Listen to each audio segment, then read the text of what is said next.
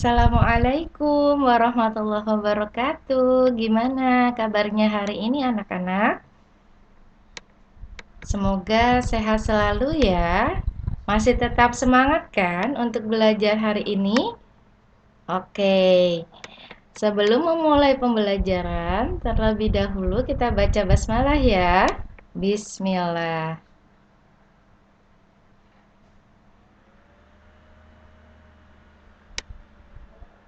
Sekarang kita memasuki tema 4, masih tetap tentang globalisasi. Subtema 3, globalisasi dan cinta tanah air, pembelajaran pertama.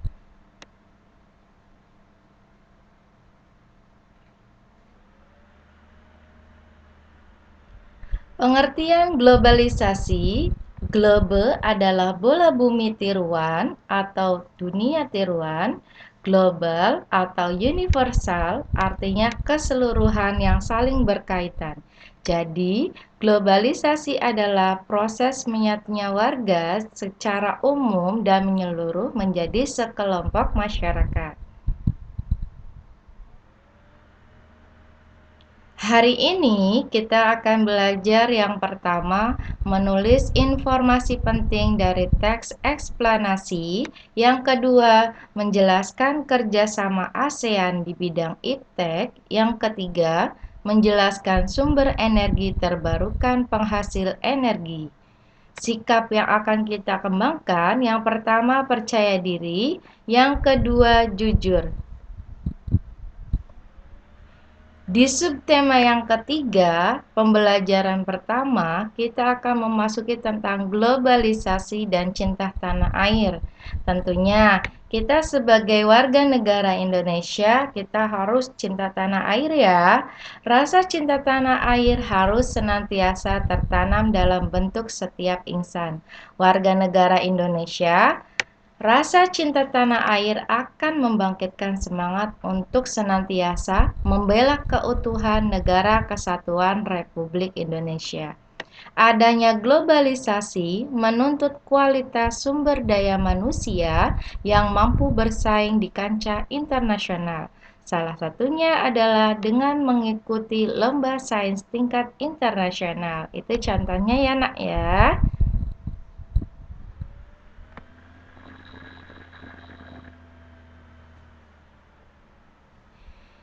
Sekarang akan membaca uraian tentang teks eksplanasi, yang dimana terdapat struktur teks eksplanasi sebagai berikut ya.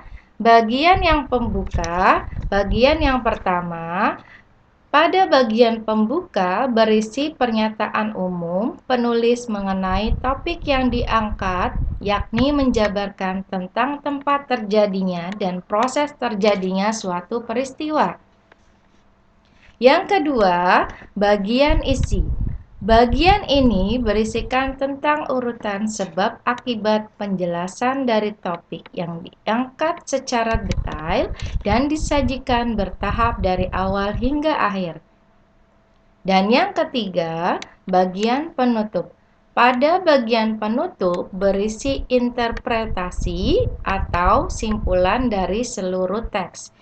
Jadi, di dalam membaca uraian teks eksplanasi terdapat struktur. Ada 3 berarti. Yang pertama bagian pembuka, yang kedua bagian isi, yang ketiga bagian penutup.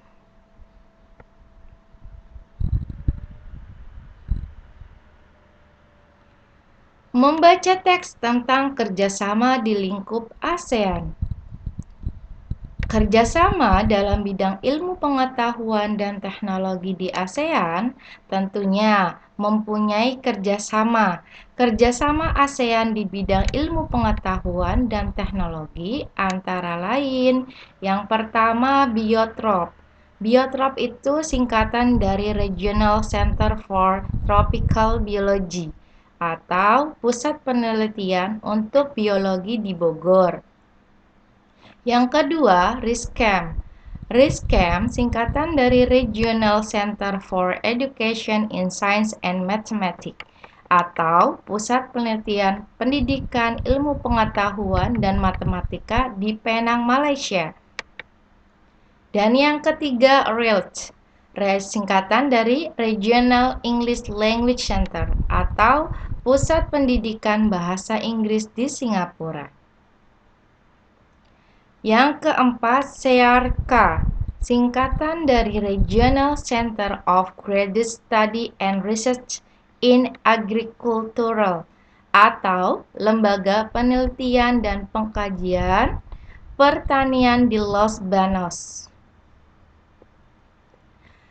Di dalam pengembangan sumber alternatif energi listrik dapat dilakukan dengan berbagai cara. Salah satunya adalah pembangkit listrik tenaga surya, disingkat dengan PLTS.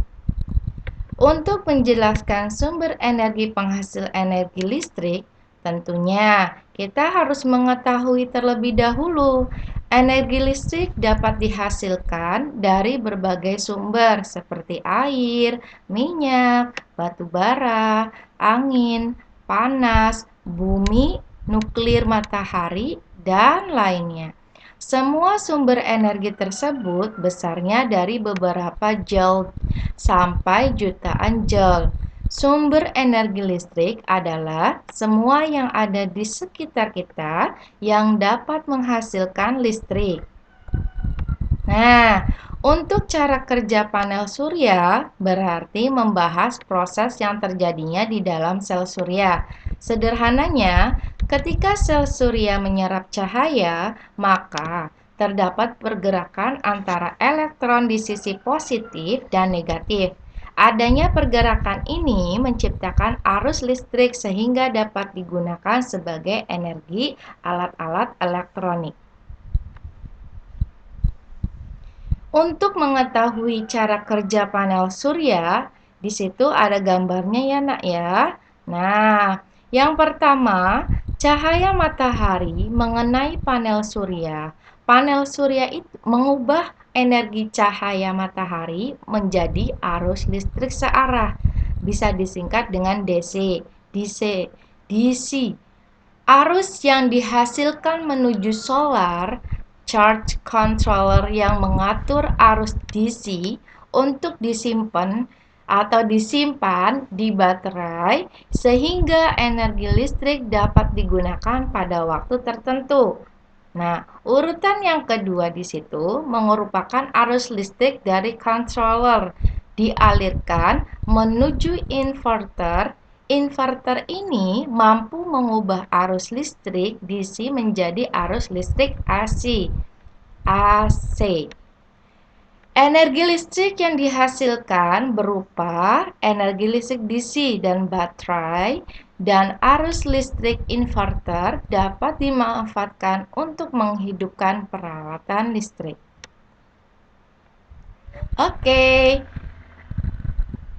demikian penjelasan dari Ibu tentang subtema yang ketiga pembelajaran yang pertama.